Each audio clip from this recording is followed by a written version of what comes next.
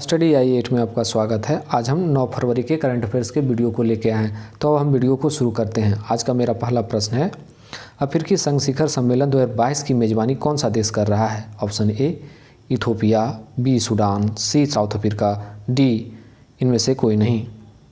इसका right answer है option A Ethiopia.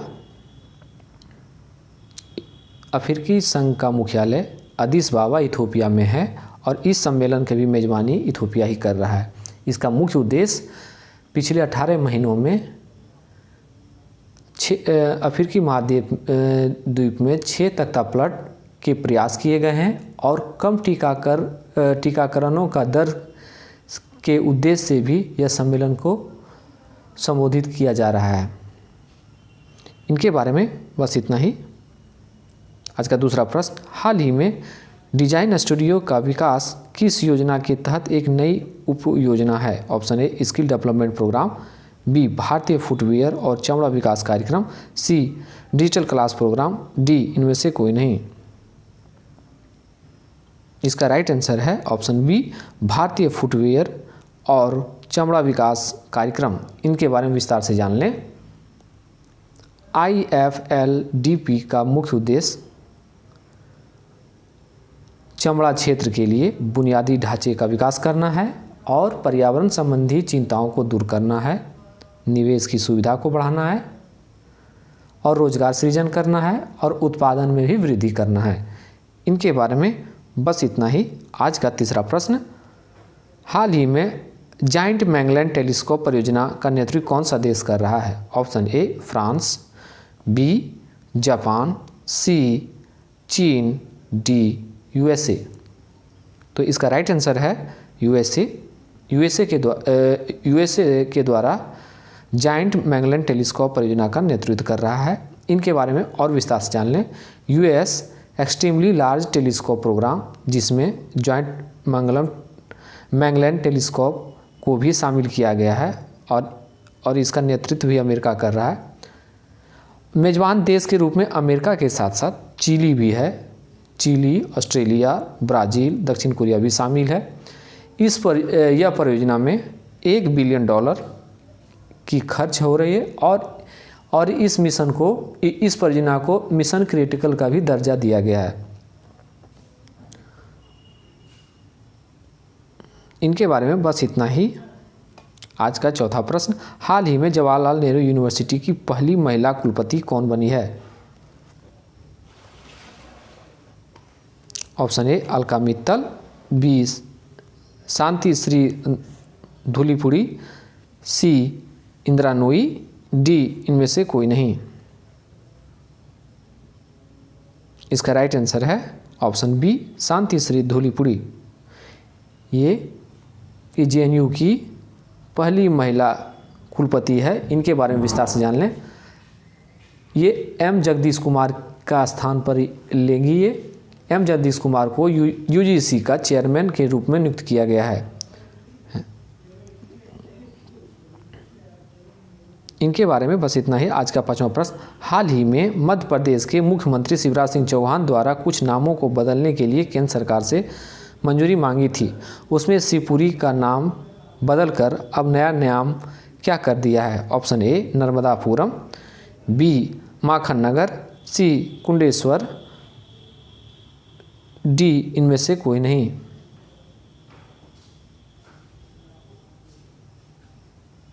इसका राइट आंसर है ऑप्शन सी कुंडेश्वर। इनके बारे में विस्तार से जान लें। मध्य प्रदेश के CM शिवराज सिंह चौहान ने केंद्र के 3 नामों को बदलने का प्रस्ताव दिया था। उन 3 नाम का नाम है, एक होशंगाबाद का नाम नर्मदापुरम कर दिया गया, दूसरा बम्बई का नाम माखन नगर कर दिया गया और तीसरा शिवपुरी का नाम कुंडेश्वर कर दिया गया। बस इनके बारे में बस इतना ही। आज का छठा प्रश्न, हाल ही में फिर अफ्रीकी कप ऑफ नेशनल का 33वां संस्करण पहली बार कौन सी टीम विजेता बनी है? ऑप्शन ए सूडान, इथोपिया, मिस्र, डी सेनेगल। इसका राइट आंसर है ऑप्शन डी सेनेगल। सेनेगल पहली बार विजेता बना है। इनके बारे में विस्तार से जान लें। सेनेगल की फुटबॉल टीम ने फाइनल में मिस्र को पेनाल्टी पर 4-2 से हराकर अफ्रीका का नेशन कप का खिताब जीत लिया है। इसके बारे में और जान लें। इस कप का आयोजन कैमरून में किया गया, जो कैमरून अफ्रीका में है, वहीं किया गया था। इस टूर्नामेंट का सबसे सफल टीम मिस्र है, जो 7 बार विजेता रहा है।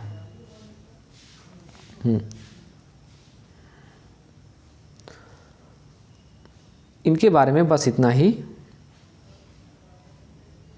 आज का 7वां प्रश्न, हाल ही में किस राज्य की सरकार ने लता मंगेशकर पुरस्कार दिए जाने की घोषणा की है? Option A Maharashtra, B Madhya Pradesh, C Uttar Pradesh, D इनमें से कोई नहीं।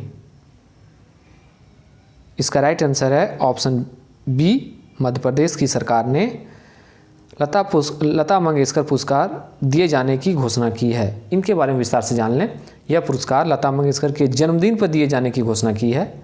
इसके अलावा इंदौर में लता जी के नाम से संगीत अकादमी, संगीत महाविद्यालय और संगीत संग्रहालय और इंदौर में लता जी की प्रतिमा भी स्थापित की जाएगी। बस इनके बारे में बस इतना ही। आज का 8वां प्रश्न, हाल ही में रथ सप्तमी का त्यौहार कौन से राज्य में मनाया गया? Option A Andhra Pradesh, B Tamil Nadu, C Bihar, D Uttar Pradesh. तो इसका राइट आंसर है ऑप्शन ए, आंध्र प्रदेश में रथ सप्तमी का त्यौहार मनाया जाता है। इनके बारे में विस्तार से जान लें। ये प्रत्येक वर्ष रथ सप्तमी का त्यौहार 7 फरवरी को मनाया गया और रथ सप्तमी एक वर्ष में एक वार्षिक हिंदू त्यौहार है जो सूर्य देवता को समर्पित है। यह इस दिन आंध्र प्रदेश में तिरुमाला में 1 दिवसीय ब्रह्मोत्सव का आयोजन किया जाता है। रथ सप्तमी भगवान सूर्य के जन्म के प्रतीक हैं और इसे सूर्य जयंती के रूप में भी कहा जाता है। इसे माघ महीने भी मनाया जाता है क्योंकि यह हिंदू महीना माघ के 7वें दिन मनाया जाता है। रथ सप्तमी मौसम परिवर्तन, कटाई के मौसम की शुरुआत का भी प्रतीक है। और भगवान सूर्य से रिलेटेड बिहार में भी छठ होता है। बिहार, झारखंड और यूपी के कुछ भागों। इनके बारे में बस इतना ही। आज का 9वां प्रश्न, हाल ही में पश्चिम घाट के केरल में हेमिडेक्टाइल्स ईसाई किस नई प्रजाति का नाम है? ऑप्शन ए कॉकरोच, बी छिपकली, सी मगरमच्छ, डी सांप। तो इसका राइट आंसर है ऑप्शन बी छिपकली। ये छिपकली की नई प्रजाति है। इनके बारे में जान लें। इस छिपकली का आकार 105 सेंटीमीटर है और यह हल्के भूरे से भूरे रंग की है। यह भारत के जीनस मिडेक्टाइलिस गोल्डफिश के छिपकली की 48 प्रजाति है। यह प्रजाति केरल में अट्टापडी की पहाड़ियों में से एक नई प्रजाति की पहचान हुई है। इनके बारे में बस इतना ही। आज का 10वां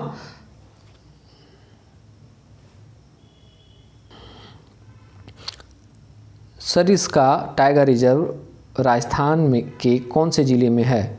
option A Barmer, Jaipur, C Alwar, D इनमें से कोई नहीं। इसका राइट आंसर है ऑप्शन सी अलवर डिस्ट्रिक्ट में ये है। इनके बारे में थोड़ा जान लें। इस टाइगर रिजर्व में 28 बाघों की संख्या 28 हो गई है और वन प्रशासन ने जंगल के भीतर 10 विविध आवासों में नए जल स्रोत बनाए हैं। इनके बारे में बस इतना ही। आज का 11वां प्रश्न, भारत के कौन से स्कीयर ने शीतकालीन ओलंपिक उद्घाटन समारोह के दौरान 4 सदस्यीय भारतीय दल की अगुवाई की है? Option A Arif Khan, B Bajrang Punia, C PV Sindhu, D इनमें से कोई नहीं। तो इसका राइट आंसर है ऑप्शन ए आरिफ खान ने भारत के शीतकालीन ओलंपिक के उद्घाटन समारोह के दौरान 4 सदस्यीय भारतीय की अगुवाई की है। अब मोहम्मद आरिफ खान ये कश्मीर से ताल्लुक़ रखते हैं। इनके बारे में बस इतना ही। आज का 12वां प्रश्न, हाल ही में जारी आंकड़े के मुताबिक 2021 में भारत को $4.6 बिलियन अमेरिकी डॉलर ऋण प्रदान किए गए हैं। Option A NABARD, B world bank, C एशियाई विकास बैंक, डी इनमें से कोई नहीं।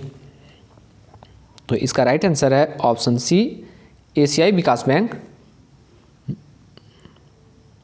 इनके बारे में विस्तार से जान लें।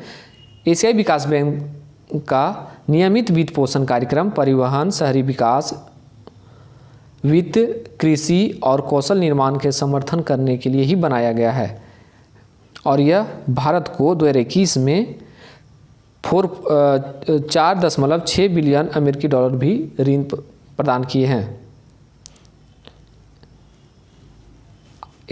आज का 13वां प्रश्न, हाल ही में किस आयोग ने सबसे पुरानी खादी संस्थान मुंबई ग्रामोद्योग संघ का खादी प्रमाण रद्द कर दिया है? ऑप्शन ए नीति आयोग, योजना आयोग, खादी और ग्रामोद्योग आयोग, डी इनमें से कोई नहीं। तो इसका राइट आंसर है ऑप्शन सी खादी और ग्रामोद्योग आयोग।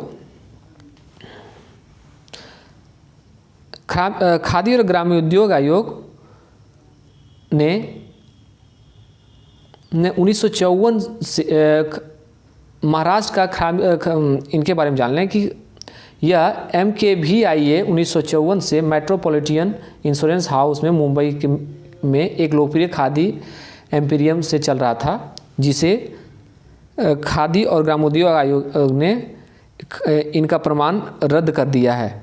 इनके बारे में बस इतना ही। आज का 14वां प्रश्न, हाल ही में BCCI अध्यक्ष सौरव गांगुली द्वारा विश्व के तीसरे सबसे बड़े क्रिकेट स्टेडियम की आधारशिला कौन से राज्य में रखी गई है? Option A Maharashtra, B Rajasthan, C Gujarat, D इनमें से कोई नहीं। तो इसका राइट आंसर है ऑप्शन बी राजस्थान में। यह राजस्थान में इसकी आधारशिला सौरव गांगुली और मुख्यमंत्री अशोक गहलोत के द्वारा रखी गई है और ये भारत का दूसरा सबसे बड़ा स्टेडियम होगा। पहला बड़ा स्टेडियम गुजरात में है, नरेंद्र मोदी स्टेडियम के नाम से जाना जाता है।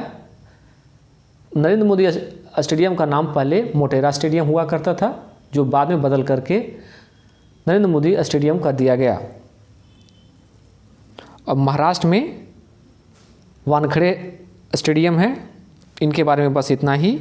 आज का 15वां और अंतिम प्रश्न, वयोवृद्ध नेता चंदू पतला जग रेड्डी का हाल ही में निधन हो गया। यह किस पार्टी से थे? भारतीय राष्ट्रीय कांग्रेस, बी भारतीय जनता पार्टी, सी तृणमूल कांग्रेस, डी बीजू जनता दल। तो इसका राइट आंसर है option B Bharatiya Janata party से थे।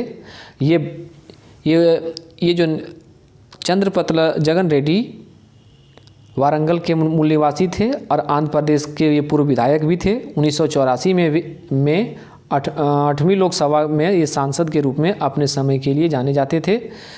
बस इनके बारे में इतना ही। And thank you for watching study I8।